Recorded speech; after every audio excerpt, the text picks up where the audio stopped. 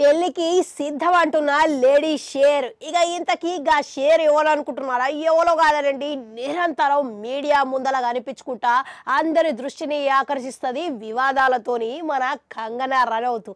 ఇక ఎప్పుడైతే భాజపా తరపున పోటీ వడి మరి ఎంపీ లెక్క గెలిచిందో ఇక ఆడికెళ్ళి ప్రతిసారి ఇంకా చెలరేగి మరి కామెంట్లు పెడుతున్నదంట. అయితే రాజకీయాల తరపున ఎన్ని వివాదాలు వచ్చినా ఎన్ని అడ్డుకట్టలు వచ్చినా కానీ ఈమె దేనికి తలొంచలేదంట. ఇక చూసిరా, అందుకే షేర్ అనే మాట అన్న ముందుగాలని.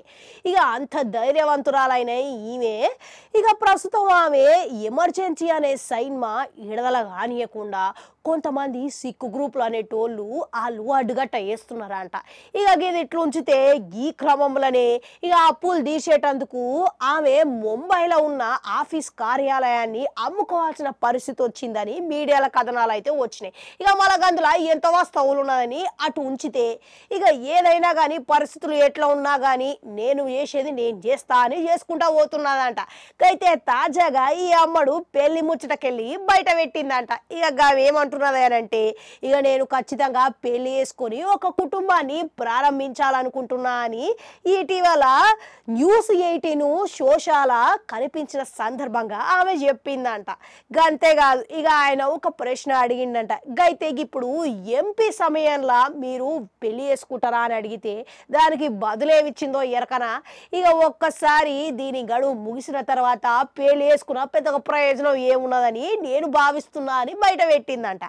అయితే కంగనా ఇప్పుడు ఈ సంగతి అనేది పెళ్లి ముచ్చట గురించి మొదటిసారి ఏం బహిరంగంగా చెప్పలే. ఇక అంతకుముందుకు చాలా సందర్భాలలో మాట్లాడింది. ఇక అప్పుడు మాట్లాడుకుంటేనే ఇక జీవితంలో పెళ్లి వైవాహిక జీవితం ఇక దాని ప్రాముఖ్యత ఇట్లా ఆమె బయట పెట్టింది.